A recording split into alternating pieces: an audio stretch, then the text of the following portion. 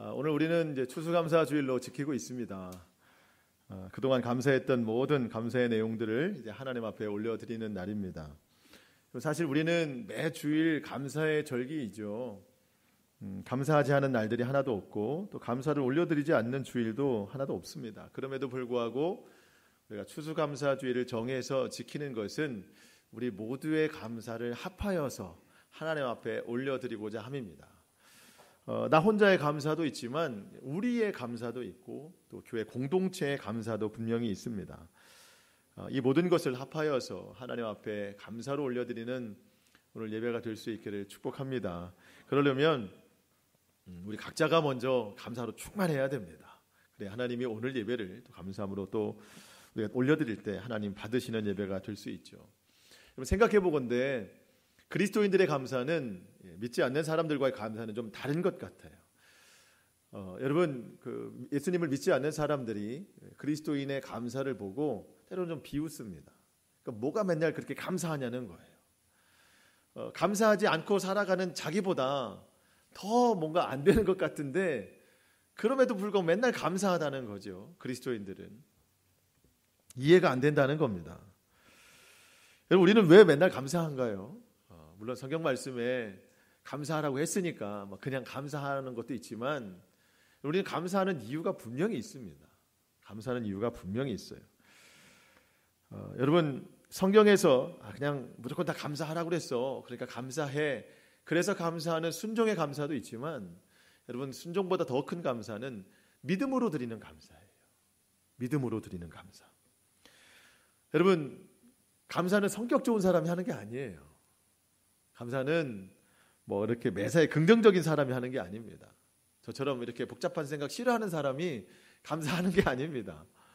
감사는 믿음 있는 사람이 하는 거예요. 무엇을 믿을까요? 예수 그리스도 십자가 은혜를 믿는 사람이 감사하는 사람입니다. 사람들은 환경 때문에 감사가 무너지기도 하고 때로는 환경 때문에 감사하기도 합니다. 좋아지면 감사하고 무너지면 불평 불만을 합니다. 여러분 우리에게 뭔가 남아있다면 우리는 남아있는 것으로 우리 충분히 감사할 수 있거든요. 다른 것이 혹시 무너진들 우리에게 영원히 남아있는 게 있는데 그게 바로 그리스도 십자가의 구원의 은혜라는 거예요. 여러분 내가 왜 감사가 없을까? 환경이 무너진 것만 찾을 게 아닙니다. 믿음이 무너질 수 있는 거예요. 내가 그것이 정말 내 마음속에 확 와닿지 않으면 감사가 무너지기 시작하는 겁니다. 여러분 플라시보 효과라는 말이 있어요. 플라시보 효과. 이거는 약인데 이 약은 어떤 그 질병에 대한 효능이 없어요, 사실은. 근데 이 약 먹으면 괜찮다라고 말을 해주고 근데 먹는 사람이 그 말을 진실로 받아들여서 믿음으로 먹으면 진짜로 효능이 나타난다는 뜻입니다. 가짜 약인데도 진짜라고 믿으면 효능이 나타난다는 하는 것인데 여러분 나를 위해서 죽으신 예수 그리스도의 십자가 은혜를 우리가 실제로 믿는다면 여러분 그 능력이 얼마나 크게 나타나겠습니까? 이제까지는 우리가 감사할 수 없는 상황이지만 감사하라고 했으니까 그냥 감사하자 이런 내용의 감사였다면 여러분 이제 정말 더 큰 감사는 믿음으로 드려지는 감사. 주님 십자가 때문에 내 감사는 영원히 끝나지 않는구나. 당연히 감사하는 그 삶으로 변해가기를 축복합니다. 여러분 은혜를 입은 자가 은혜를 주신 자에게 뭐라고 말할 수 있을까요? 나에게 이 엄청난 구원의 은혜를 주신 하나님 앞에 내가 할 수 있는 말이 무엇일까요? 더 달라고 해야 되나요? 여러분 은혜를 받은 자는 은혜를 주신 분께 그 말밖에 없어요. 뭐냐면 주님 제가 무엇으로 이 은혜를 다 갚을 수 있으리까? 은혜 갚는다고 하는 것은요 참 쉬운 일은 아닙니다. 왜냐하면 웬만한 일 가지고는 우리는 은혜라고 여기지 않잖아요. 정말 엄청난 일 이걸 가지고 은혜라고 말하는데 주님 제가 어떻게 해야 이 모든 은혜를 갚을 수 있으리까? 은혜 갚는 일은 사실 쉽진 않습니다. 하지만 그 은혜가 너무 크기 때문에 은혜를 갚는 일도 기쁨이 되는 거예요. 성경에 이러한 일화가 있습니다. 여러분, 이삭이 있는데 이삭에겐 두 아들이 있어요. 큰 아들이 에서, 둘째가 야곱입니다. 이삭이 나이가 많아서 이제 그 아들, 큰 아들 에서에게 장자권의 축복을 물려주기 위해서 불렀어요. 음식을 가져와서 나에게 축복을 받아라. 야곱이 그것을 가로챘습니다. 팥죽 한 그릇으로 가로를 챘어요. 그리고 에서의 흉내를 내면서 아버지 이삭의 축복을 다 받았습니다. 뒤늦게 에서가 와가지고 나에게 축복을 주시옵소서. 이삭은 말하죠. 남아있는 게 하나도 없다. 그때 이제 형 에서는 동생 야곱이 자기 축복을 다 가로챈 것을 알고 야곱을 찾아서 이제 죽이려고 합니다. 그때 야곱이 그 사실을 알고 외삼촌 집으로 도망을 가요. 라반의 집으로 도망을 갑니다. 외삼촌 집에 갔더니 외삼촌 딸 중에 아주 이쁜 딸이 있어요. 그 이름이 라헬이에요. 라헬. 외삼촌이 야곱에게, 야곱아, 네가 물론 이제 도망치는 신세가 돼서 우리 집에 왔지만 네가 우리 집에 일을 할 때 내가 너에게 그의 대가로 뭔가 그래도 돈을 줘야 되는데, 품값을 줘야 되는데 얼마를 주면 좋겠니? 물어볼 때 야곱이 돈은 됐고요. 딸을 주십시오. 라헬을 나에게 준다면 제가 7년 동안 군말 없이, 아무 말 없이 열심히 일하겠습니다. 7년 동안 일하겠습니다. 라반은 너무 좋은 조건이죠. 그렇게 하자. 그래서 야곱은 7년 동안 라헬을 위해서 일을 하는데, 여러분 성경에 보면 야곱의 7년 세월을 이렇게 말합니다. 창세기 29장 20절. 야곱이 라헬을 위하여 7년 동안 라반을 섬겼으나 그를 사랑하는 까닭에 7년을 며칠같이 여겼더라. 여러분, 보통은 우리 이렇게 말하지 않습니다. 보통은 야곱이 라헬을 사랑하는 까닭에 7년이지만 700년처럼 느껴졌다. 보통 이렇게 말하는 게 정상이에요. 왜냐하면 빨리 이 라헬과 결혼하고 싶잖아요. 빨리 같이 살고 싶잖아요. 그러니까 뭐 하루가 시간이 안 가는 거예요. 7년을 가려고 하니까 너무 시간이 더딘 거죠. 예를 들어서 1년이 지났는데 아직도 6년이나 남았어. 좀 빨리 라헬과 살고 싶은데, 사실 이게 정상이잖아요. 근데 성경에서는 7년을 며칠같이 여겼더라. 7년이 금방 갔다는 거예요. 왜 이런 표현을 할까요? 그만큼 라헬에 대한 가치를 높이 평가한다는 거예요. 내가 라헬을 얻으려면 7년 정도는 우스워. 7년 정도는 뭐 내가 다 해낼 수 있어. 며칠처럼 여겨졌다는 거예요. 그게 라헬에 대한 야곱의 사랑입니다. 여러분, 저는 이것이 십자가 은혜를 입은 자들의 모습이라고 생각해요. 주님, 제가 어떤 것으로 주님의 은혜를 보답할까요? 주님이 우리에게 말씀에 순종해라 말씀하시거든요. 그 말씀을 순종하는 삶이 사실은 어려워요. 7년 동안 일하는 것 같아요, 마치. 그런데 하루하루 말씀을 지키는 것이 또 지켜야 되고 또 지켜야 되는 버거운 인생이 아니라 마치 7년을 며칠같이, 그 은혜가 너무 크기 때문에 말씀을 지키며 순종하는 삶이 너무 기쁜 거예요. 이게 여러분 이해되시죠? 왜냐하면 은혜가 너무 크기 때문에 그 은혜에 감사하는 삶도 너무 감당하기 좋은 겁니다.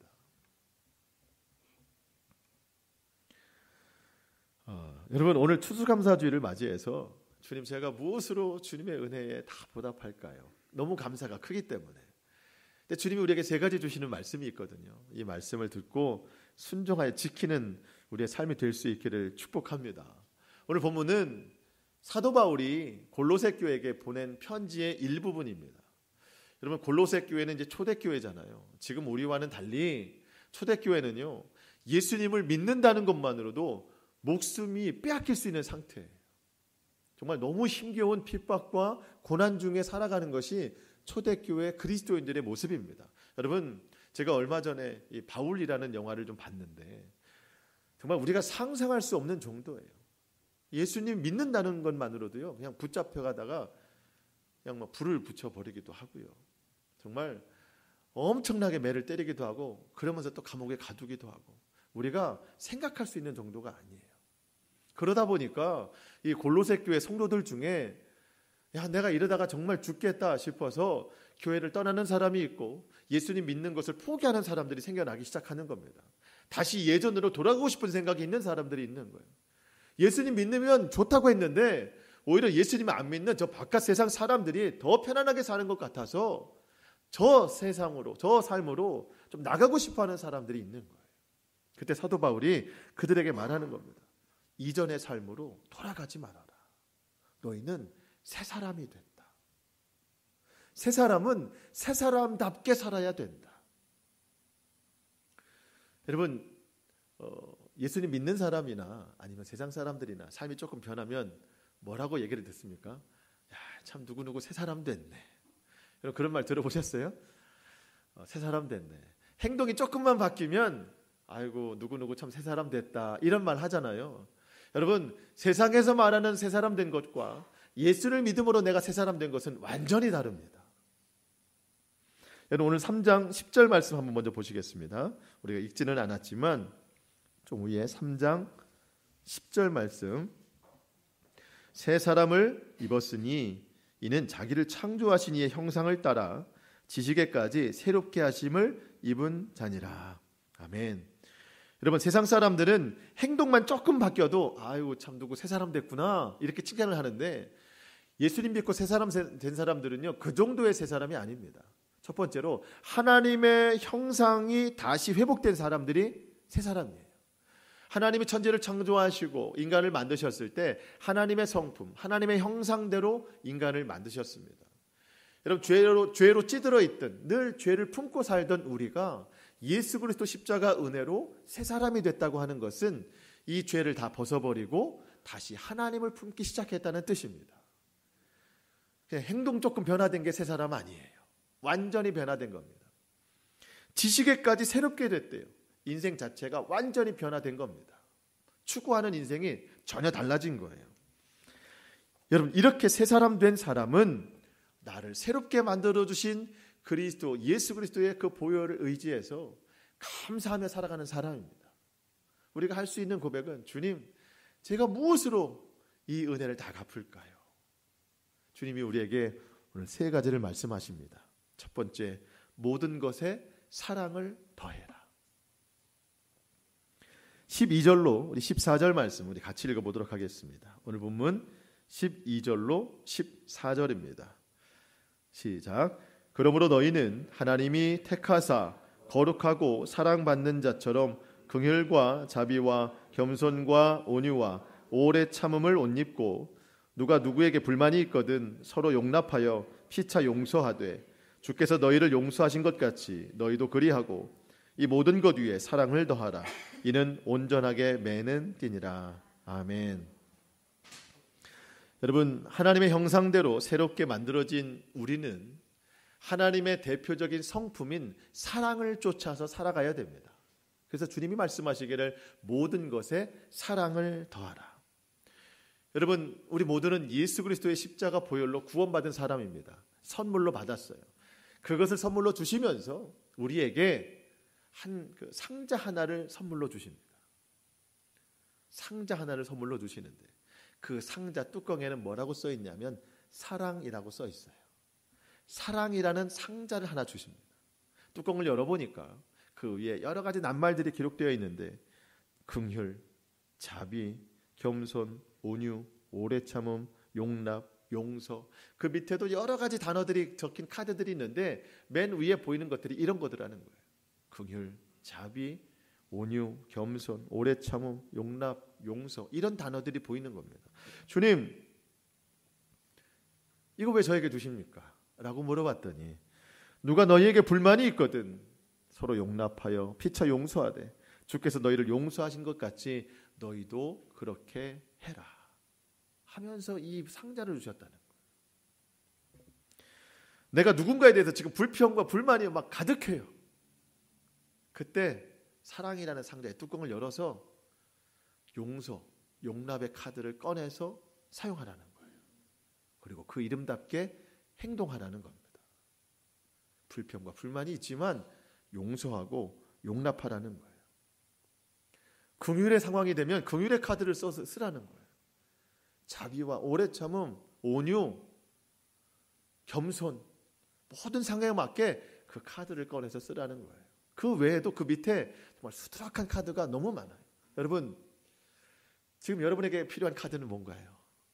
어제 써야만 했던 카드는 뭐였나요? 아니, 어쩌면 요즘에 내가 제일 많이 써서 그냥 다 해질 정도로 그렇게 많이 쓰는 카드는 뭐가 있나요? 아니면 이거 꺼내야 되는데 아직도 못 꺼내는 카드는 뭐가 있나요? 우리가 이렇게 할 수밖에 없는 이유는 주님께서 우리에게 이와 같이 하셨다는 겁니다. 내가 죄악 속에 살아갈 때 주님이 용서의 카드를 쓰셨다는 거예요. 우리에게 용납의 카드를 쓰셨다는 겁니다. 긍휼의 카드를 쓰셨다는 거예요. 오래 참음의 카드를 쓰시고 겸손의 카드를 쓰시면서 하늘에서 내려오셨어요. 주님이 다 우리에게 쓰신 카드예요. 그럼 우리도 이 카드를 쓰면서 사랑하라는 거예요. 이 카드가 담긴 상자의 이름이 사랑이라는 겁니다. 모든 것에 사랑을 더하라. 예수님이 비유로 하신 말씀 중에 어떤 주인이 있습니다. 엄청난 부자예요. 이 주인이 있는데 또 종이 하나 있는데 이 종이 주인에게 빚을 졌는데 10,000달란트의 빚을 졌습니다. 10,000달란트. 여러분 10,000원이 아니고요. 10,000달란트. 자, 계산을 좀 해보겠습니다. 1달란트는 노동자가 15년 동안 일을 해야 되는 값입니다. 그 당시에 1달란트가 15년 동안 일을 해야 되는 값입니다. 그런데 여러분 10,000달란트예요.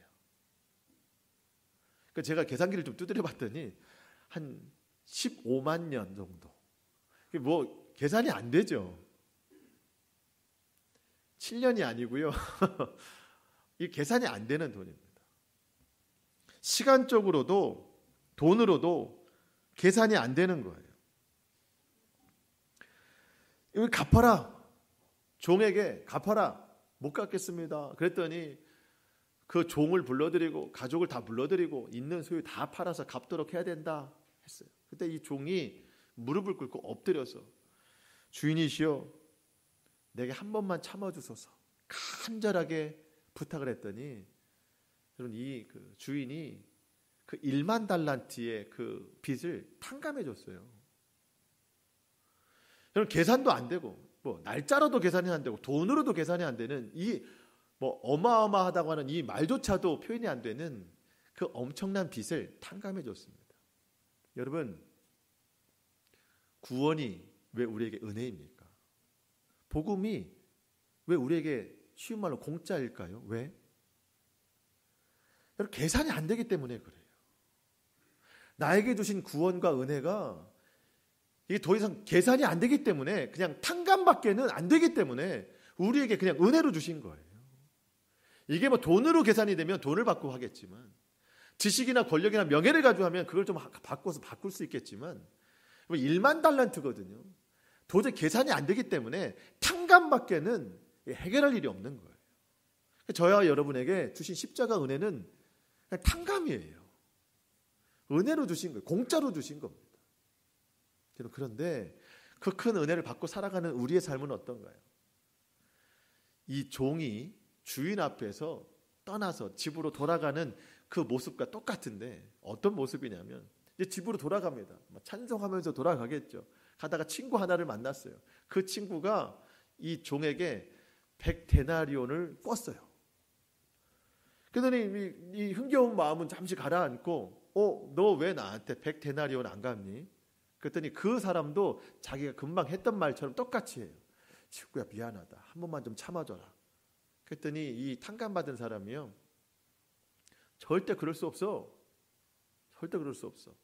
당장 고발해서 감옥에 가둬버렸습니다. 자, 100데나리온은 여러분 한 데나리온은 하루치예요. 노동자 품값.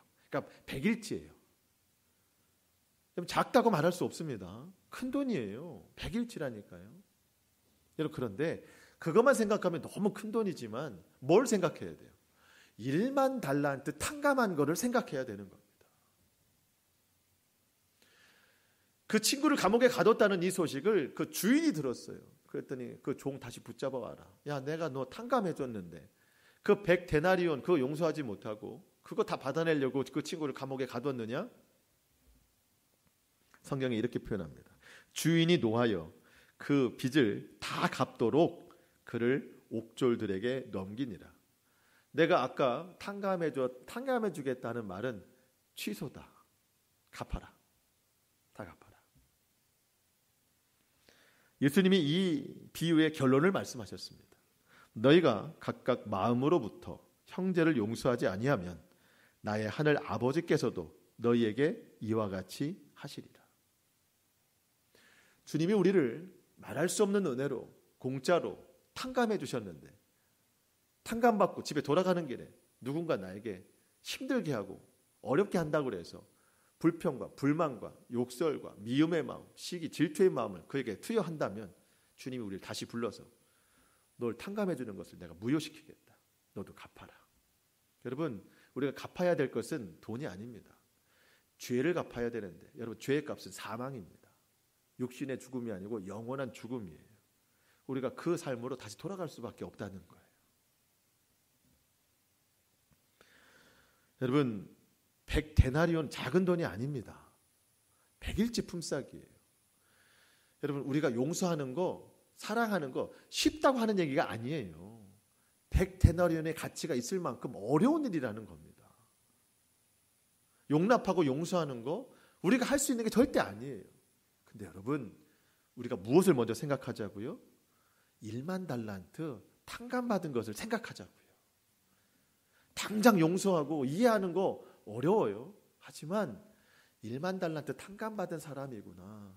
이것을 먼저 생각하면 우리가 해낼 수 있다는 겁니다.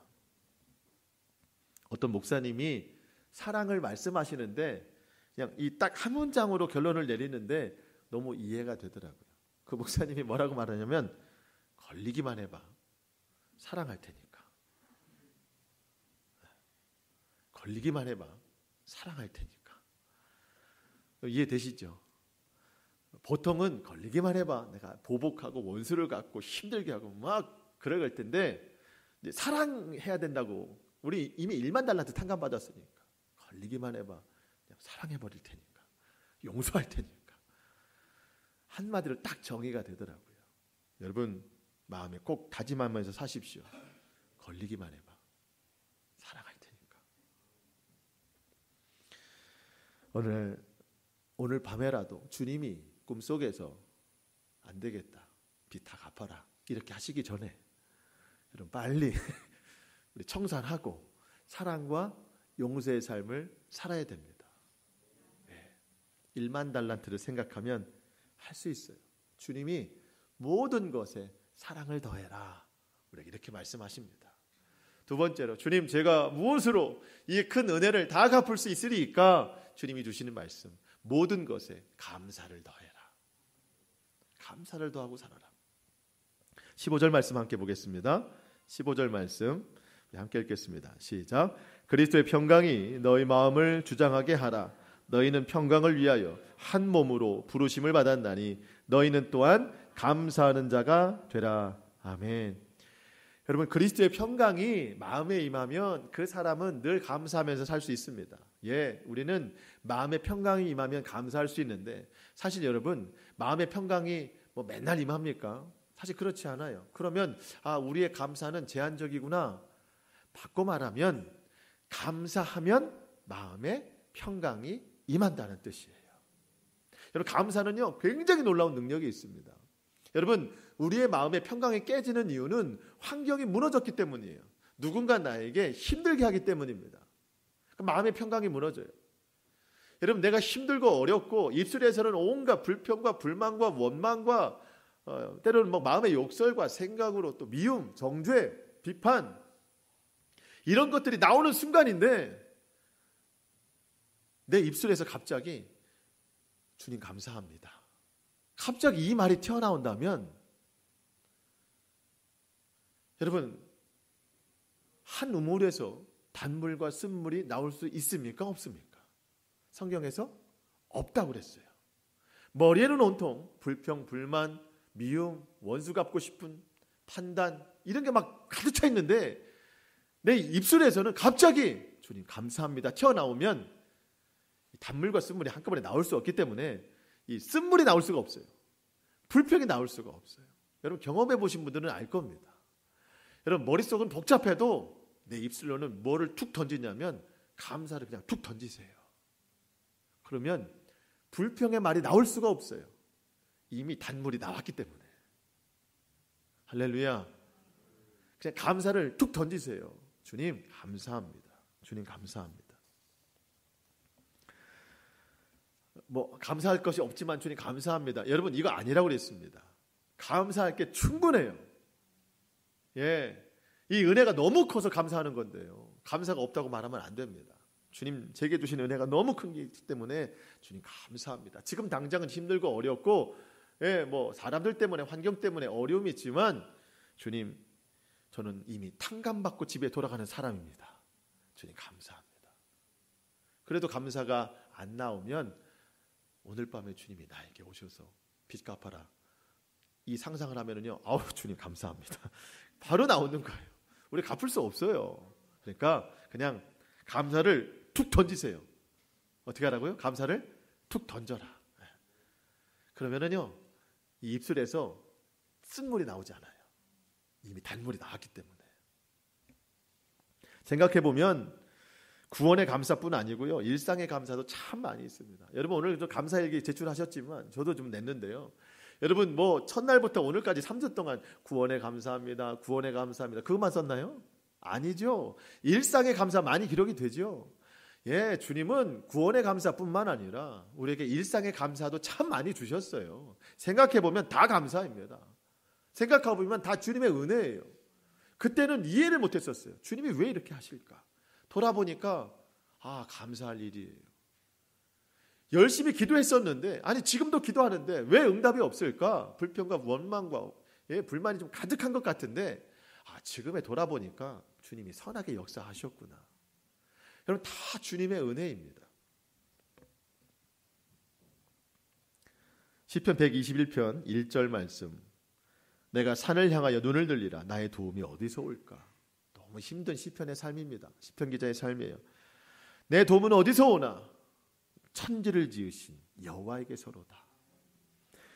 여호와께서 너를 실족지 아니하시며 너를 지키시는 이가 졸지 아니하시리로다. 이스라엘을 지키시는 이는 졸지도 아니하시고 주무시지도 아니하시리로다. 여호와는 너를 지키시는 이시라. 여호와께서 내 오른쪽에서 내 그늘이 되시나니 낮에 해가 너를 상하게 하지 않고 밤의 달도 너를 해치지 아니하시리로다. 여러분 우리는 피곤하다고 기도 못하고, 졸립다고 예배 못 드리고, 삶이 힘겹다고 주님 앞에 나아가지 못하고, 이런저런 이유가 너무나도 많은데 우리 하나님은 졸지도 않으시고 주무시지도 않으시고 낮의 해와 밤의 달이 낮이건 밤이건 그 어떤 것도 우리에게 상함을 주지 못하도록 철저하게 우리를 지켜주시는 분이시라는 겁니다. 여러분 낮에도 도우시고 밤에도 지키시는 그 하나님께서 우리에게 어찌 일상의 감사의 제목들을 주시지 않았겠어요? 너무나도 많은 감사의 제목들을 이미 주셨습니다. 항상 기뻐하고 쉬지 말고 기도하고 범사에 감사하라. 이것이 그리스도 예수 안에서 너희를 향하신 하나님의 뜻이니라. 대한민국 성도들이 가장 좋아하는 말씀이에요. 가장 잘 외우는 말씀이에요. 왜? 간단하니까. 집에 가면 액자에 다 웬만하면 다 걸려 있어요. 항상 기뻐하라. 쉬지 말고 기도하라. 범사에 감사하라. 제일 유명한 말씀일 수 있습니다. 여러분 그래서 유명한 말씀이면 별로 능력이 없습니다. 항상 기뻐하고 쉬지 말고 기도하고 범사에 감사하라. 하나님의 뜻이다. 내가 지킬 때 능력이 나타나고 내가 지키기 때문에 유명해져야지, 액자에 붙어있다고 유명한 게 아니고 그냥 단지 외운다고 유명한 게 아닌 거예요. 우리는 기도하면서 맨날 물어요. 하나님 앞에 주님 뜻이 무엇입니까?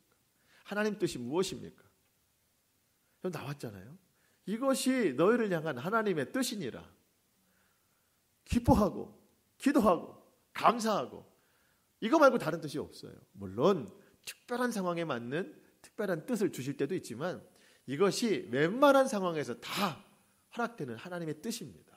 그리스도 예수 안에서 너희를 향하신 하나님의 뜻이니라. 여러분 항상 기뻐하고 기도하고 무엇보다 늘 감사하는 우리의 삶이 될 수 있기를 축복합니다. 마지막 세 번째, 주님 제가 무엇으로 이 크신 은혜를 다 보답하리이까? 세 번째, 예배를 더하라. 16절 17절 말씀 마지막으로 읽어보겠습니다. 16절 17절 시작. 그리스도의 말씀이 너희 속에 풍성히 거하여 모든 지혜로 피차 가르치며 권면하고 시와 찬송과 신령한 노래를 부르며 감사하는 마음으로 하나님을 찬양하고 또 무엇을 하든지 말에나 일에나 다 주 예수의 이름으로 하고 그를 힘입어 하나님 아버지께 감사하라. 아멘. 하나님이 제일 기뻐하시는 것은 단연코 예배입니다. 예배. 구원받은 사람들이 하나님 앞에 올려드릴 수 있는 가장 영광스러운 일이 있다면 그것은 예배입니다. 예배. 모든 백성이, 모든 피조물이 하나님을 예배해야 되겠지만 예수님을 모르는 사람들, 하나님을 믿지 않는 사람들은 그들은 도저히 하나님을 예배할 수가 없어요. 하나님을 예배할 수 있는 것은 구원받은 사람들 뿐입니다. 그렇다면 우리 모두가 하나님 앞에 예배를 드리되 더 예배하라. 더라고 하는 것은 할 수만 있는 대로 또 예배를 드릴 때 마음과 뜻과 정성을 다하여서 하나님 앞에 예배를 드리라는 뜻입니다. 그러면 우리의 예배의 자세가 달라져야 됩니다. 내가 받으려고 하는 예배가 아니라 주님이 받으실 수 있는 예배를 드리고 있는가. 여러분 지금 한번 생각해 보십시오. 지금 나의 예배를 하나님이 받으시겠는가. 예배는 훈련입니다. 저랑 가깝게 지내는 후배 목사님이 있는데 그 목사님이 아이들이 어려서부터 좀 무리한 결정을 해서 그것을 이제 지켜나가고 있는데 아이들이 아주 어렸을 때부터 모든 예배 다 참석하게 하는 거예요. 그러니까 제 기억으로는 그 이제 남매가 있는데 아이들이 5살 때부터인가 그냥 어른 예배 다 드리게 하는 거예요. 심지어 금요 철야 예배까지 다 드리게 하는 거예요. 드리되 어디 그 뒤에 구석에 있는 게 아니고요. 맨 앞에서 드리게 하는 겁니다. 처음 시작은 어려웠죠. 애들이 막 비틀거리고 막 울고 나간다 그러고 사실 지금 저희도 그런 과정에 있지만 애들이 막 그러는 거예요. 근데 계속 훈련시키는 겁니다. 훈련시키는 거예요. 그래서 지금 이제 그 첫째 아이는 고등학생이고 둘째 아이는 중학교 1학년인가 6학년인가 이제 그런데 지금은요 그 교회에서 예배를 제일 잘 드려요. 근데 그 목사님 자녀들만 그렇게 한 게 아니고요. 그 교회 애들 다 그렇게 한 거예요. 그러니까 처음에 그 교회 나온 여자 집사님들이 젊은 집사님들이 이러다 우리 애 잡겠네. 이래가지고 참 힘들었는데 나중에는요 그냥 다 놔뒀다는 겁니다. 처음엔 힘들어도 그 예배가 습관이기 때문에 다 적응한다는 거예요. 그러면서 이 아이들이 막 비틀비틀거리면은요 지목하는 거예요. 그 아이를 똑바로 있으라고. 그럼 이제 두렵잖아요. 그럼 이제 똑바로 있는 거죠. 그 애들이 낮에 얼마나 피곤하겠어요. 그러니까 밤에 이제 조는 거예요. 저녁 예배 시간에 조는 거. 조는 게 당연하지 않습니까? 그럼 이제 지목이 들어가요. 졸지 말라고. 맨 앞에 있는 아이들. 지목이 들어갑니다. 그렇게 서너 번 지목되면은요 그 아이는 퇴장당합니다. 어디로 가냐면 세수하러 가야 돼요. 세수했다가 다시 들어와서 멀쩡하게 예배를 다시 드려야 되는 거예요. 그 목사님 예배 시간 1시간 반 정도 드린대요. 이 애들이요 지금은요 1시간 반은 우습게 여기는 거예요. 여러분 1시간 반 동안 목사님의 얼굴만 집중하는, 고개를 숙였다가는 또 지목 들어가요. 목사님의 얼굴을 집중해야 되는 겁니다. 그리고 가만히만 있으면 안 돼요. 말씀을 알아듣는다는 반응을 해야 됩니다. 반응을 해야 돼. 교회에서 이 놀라운 집중력은 교회로만 끝나는 게 아니고 학교로 이어집니다. 1시간 반을 집중해서 드린 예배인데 초등학교 40분 수업은 우습다는 거예요. 애들이 40분은 막 우습다는 거예요. 그래서 선생님을 뚫어지게 쳐다보고 또 수업 시간에 선생님이 말씀하시면 반응을 한다는 거예요. 애들이 이렇게. 그러니까 선생님들이 너무 좋아한다는 거예요. 얼마 전에 그 목사님이 다녀갔는데 그 딸이 얼마 전에 그랬다는 거예요. 집에 와서 엄마 나 오늘 수업 시간에 선생님 말씀 듣고 아멘 할 뻔했어. 그랬다는 거예요. 그랬다는 거예요. 너무 집중하다 보니까 이게 생활이 되다 보니까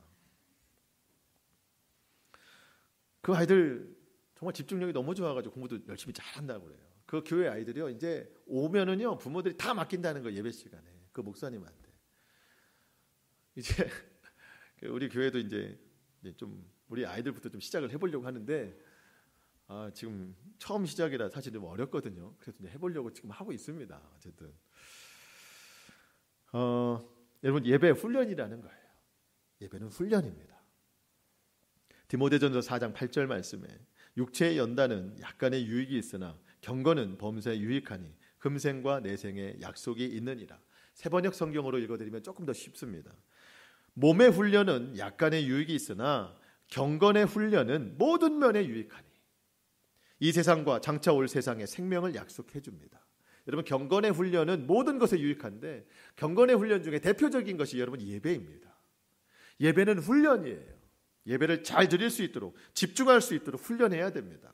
여러분 세상 일도 집중해서 훈련해서 많은 일들을 제대로 해내면 많은 이익이 있는데 여러분 경건의 훈련 그중에 예배를 정말 집중해서 하나님 앞에 올려드린다면 세상에서 얻는 것과는 비교할 수 없는 놀라운 능력을 얻게 되는 겁니다. 오늘 성경에 뭐라고 말하냐면 여러분 말씀이 풍성히 거하는 삶을 살아야 된대요. 여러분 말씀이 풍성히 거하는 삶은요 예배에 집중해야 되는 삶입니다.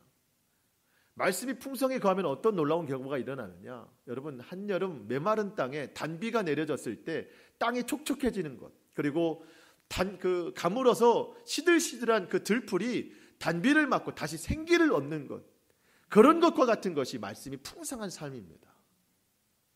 여러분 하나님의 말씀은 살아있고 운동력이 있습니다. 내가 왜 삶에 힘이 없고 활력이 없는가? 말씀이 없어서 그래요. 말씀이 풍성하면요 운동력이 있고 활력이 생긴다는 것, 생명이 생긴다는 겁니다. 그러려면 예배 시간에 잘 집중하는 훈련이 필요하다는 거예요. 여러분 찬양도 마찬가지예요. 시와 찬송과 신령한 노래를 부르며 감사함으로 하나님께 찬양하라. 여러분 감사의 대표적인 표현이 찬양이잖아요. 내 입술에 찬양이 많이 식어졌다.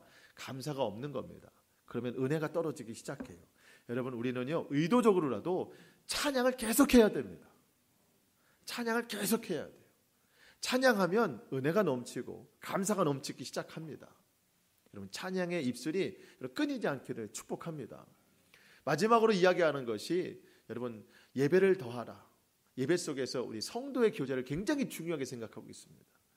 물론 우리가 예배 시간 내에는 성도의 교제가 특별히 없지만 여러분 예배 전이나 예배 끝나고 나서 우리 모두가 성도의 교제를 하는 것 굉장히 중요하다고 성경은 말하고 있습니다. 예수님의 이름으로 모인 공동체 말에나 입술에나 무엇을 하든지 다 예수의 이름으로 하라.